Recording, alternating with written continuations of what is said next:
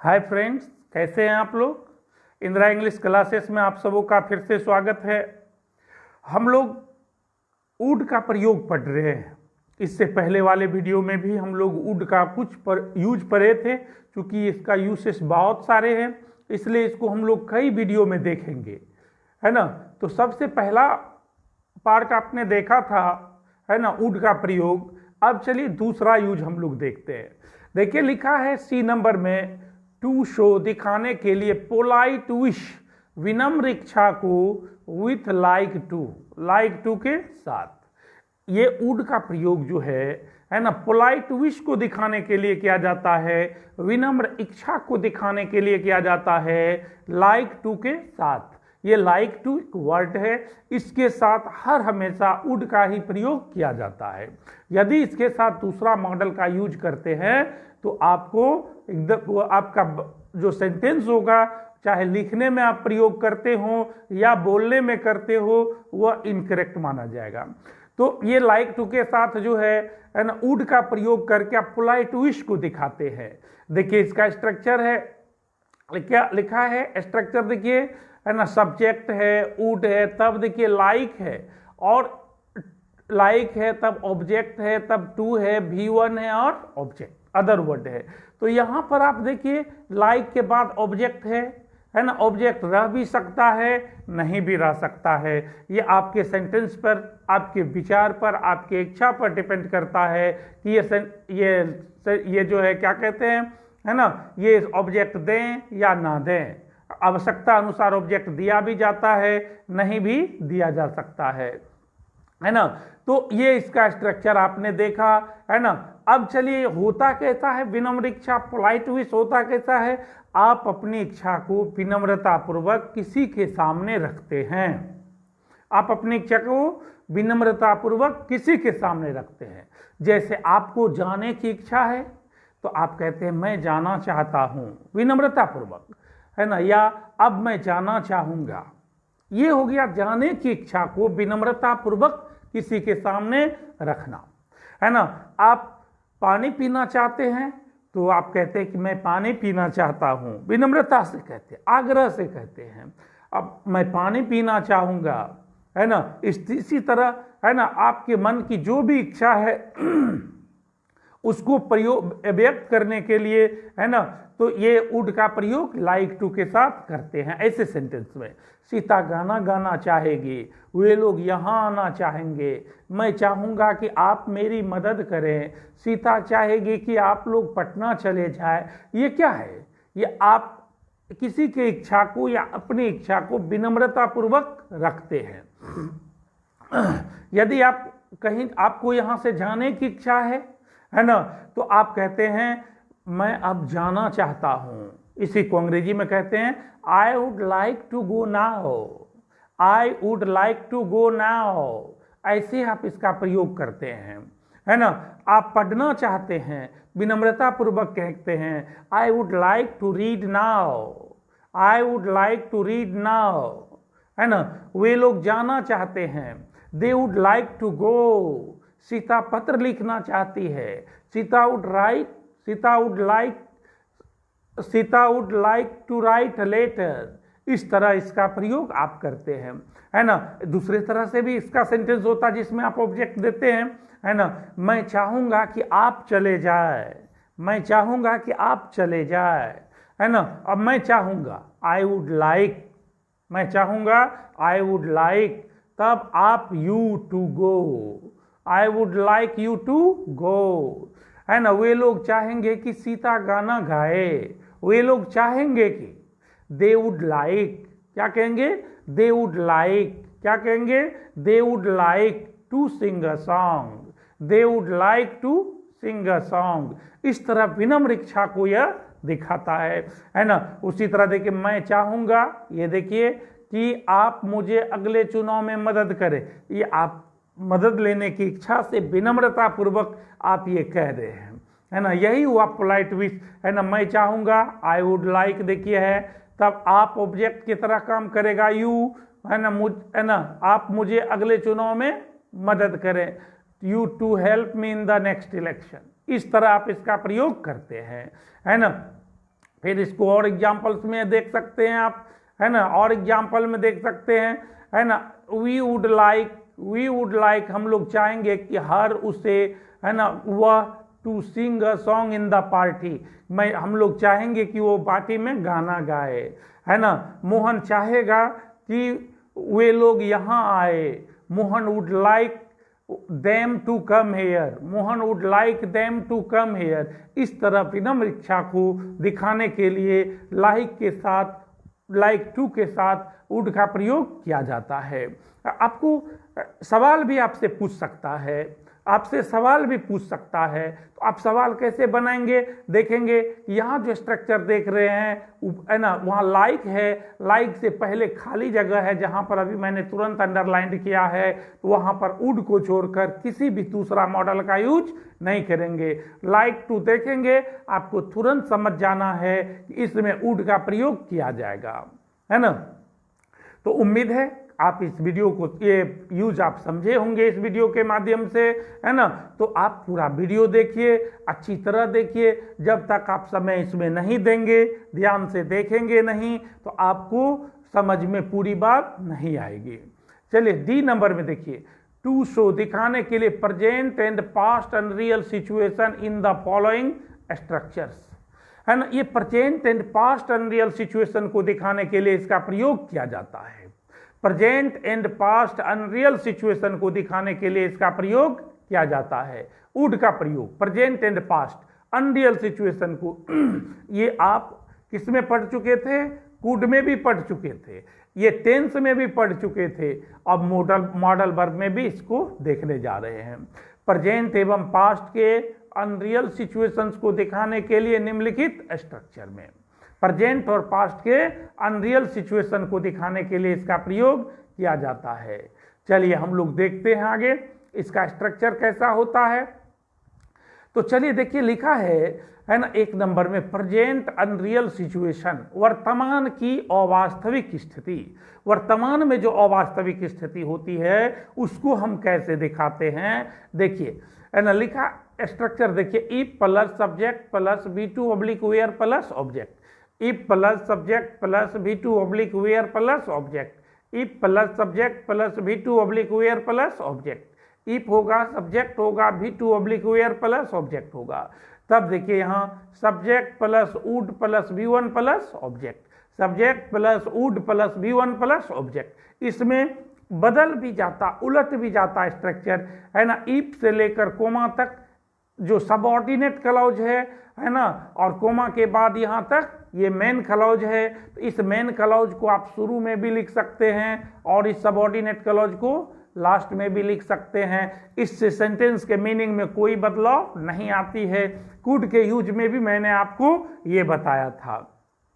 तो दोस्तों इसमें देखिए एक बॉक्स बना हुआ है, जिस बॉक्स में कुछ लिखा है ये आपको याद रखना है। इस बॉक्स में देखिए लिखा है V2 ऑब्लिक वेयर, है ना, तब है वुड प्लस V1। तो इसमें आप ये याद रखिए, है ना, ये जो V2 ऑब्लिक वेयर है, सबऑर्डिनेट क्लॉज जो है उसमें या तो V2 लगा रहेगा या वेयर, क्या लगा रहेगा, V2 या वेयर। तो मेन क्लॉज में खाली जो होगा वुड प्लस V1 आपको लिखना होगा।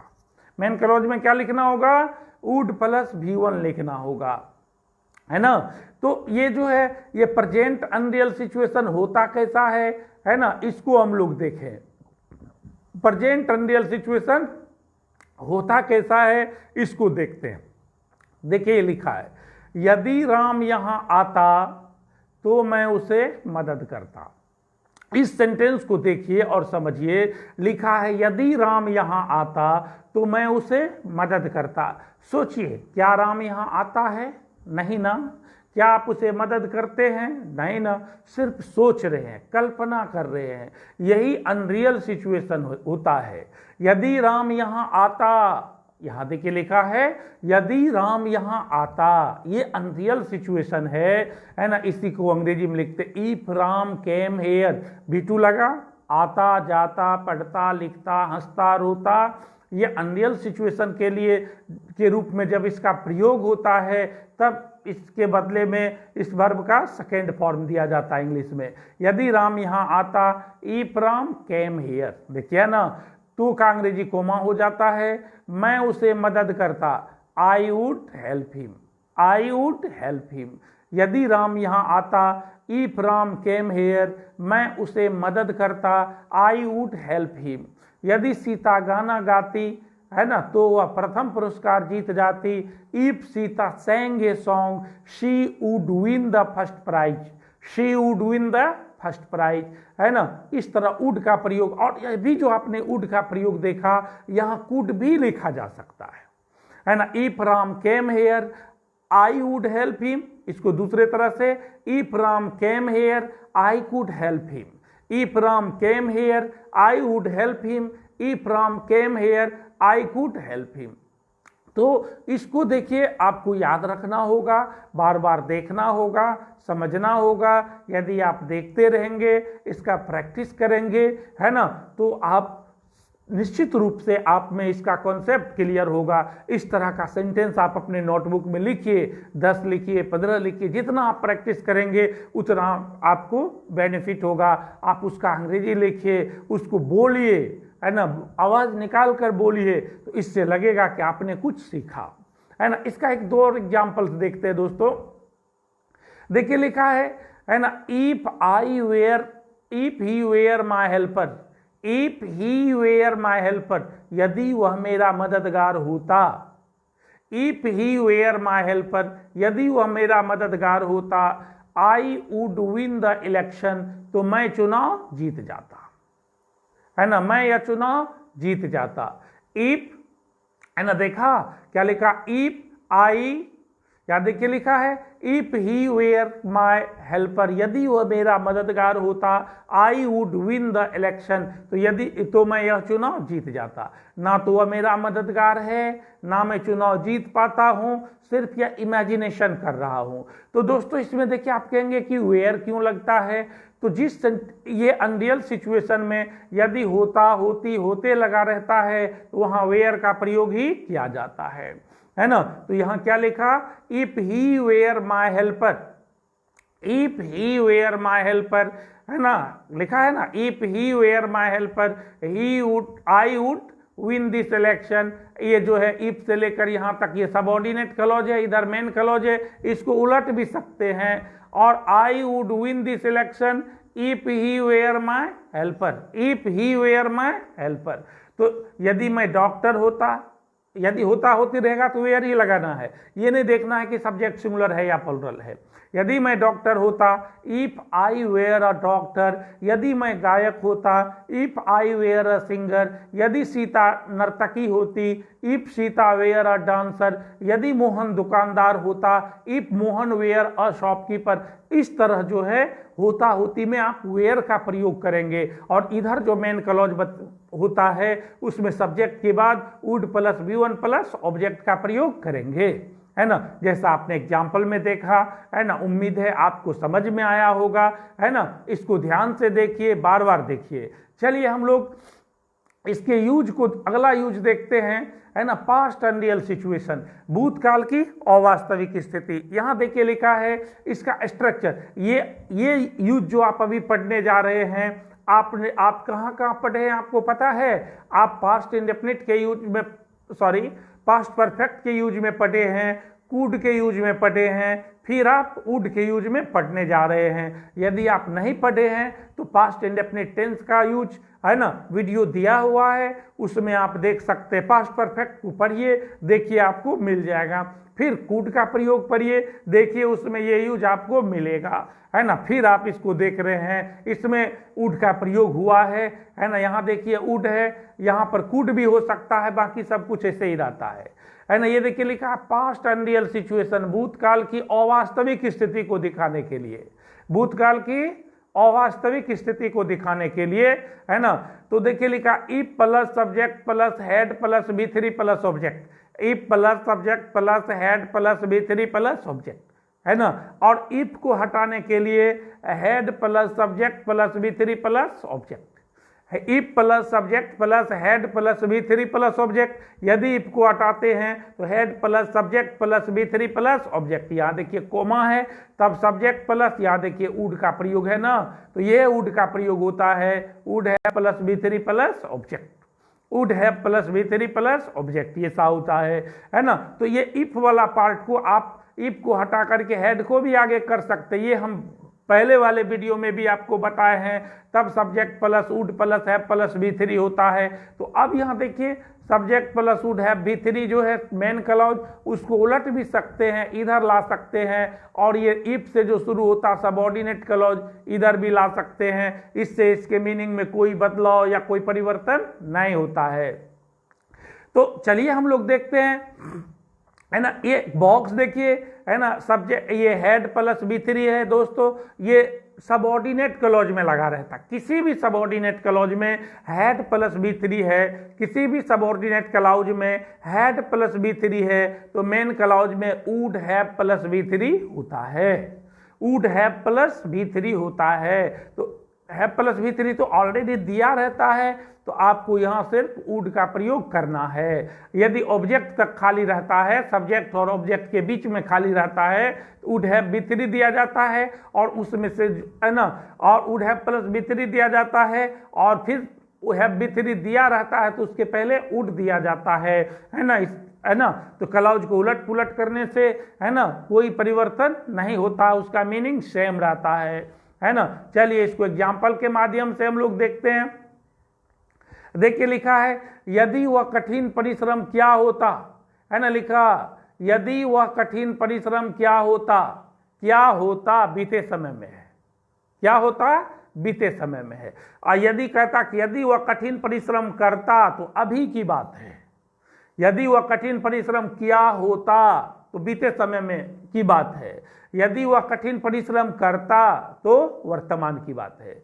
यदि वह कठिन परिश्रम क्या होता, बीते समय की बात है, तो वह अच्छी तरह परीक्षा पास करता या क्या होता। यदि वह कठिन परिश्रम क्या होता, देखिए if he had worked hard, if he had worked hard, है ना, तो का अंग्रेजी कोमा दे दिया, तो वह परीक्षा अच्छी तरह पास किया होता, है ना, है ना। आप देख सकते हैं, है ना। तो ही, तो देखिए लिखा है, यहाँ देखिए लिखा है, तो यदि वह इफ ही हैड, है ना, इफ, है ना, देखिए यहाँ लिखा है if he had worked hard, यदि वह कठिन परिश्रम क्या होता, ही would have passed the exam well, he would have passed the exam well. और इसमें देखिए, है ना, पास द एग्जाम वेल, इसमें इफ जो है उसमें से यदि इफ को हटाना चाहते हैं, जैसे कि 0 है, इसको नहीं मानिएगा कुछ, है ना। तो इफ को आगे हटाने के लिए हेड को आगे कर दीजिए, हैड ही वर्कड हार्ड, या देखिए लिखा had he worked hard, comma है, बाकी सब कुछ ऐसे रहेगा, he would have passed the examination, clause को उलट भी दीजिए, है ना, he would have passed the examination well if he had worked hard, if he had worked hard. तो यहां पर देखिए ये सबऑर्डिनेट क्लॉज है ना, ये जो है हेड, यहां पर आप देख सकते हैं, है ना, ये जो है हेड वर्कड लगा है सबऑर्डिनेट क्लॉज में, इसलिए मेन क्लॉज में यहां पर किसका प्रयोग हो गया, वुड का। यहां दोस्तों जहां वुड का प्रयोग हुआ है वहां कुड का भी प्रयोग होता है, इससे मीनिंग में कोई बदलाव या कोई परिवर्तन नहीं आती है ना। तो इस तरह आप वुड का यूज समझे, देखे, है ना, आपको अच्छा लगा है ना। तो वीडियो को लाइक शेयर और सब्सक्राइब करना नहीं भूलें। Thank you for watching the video.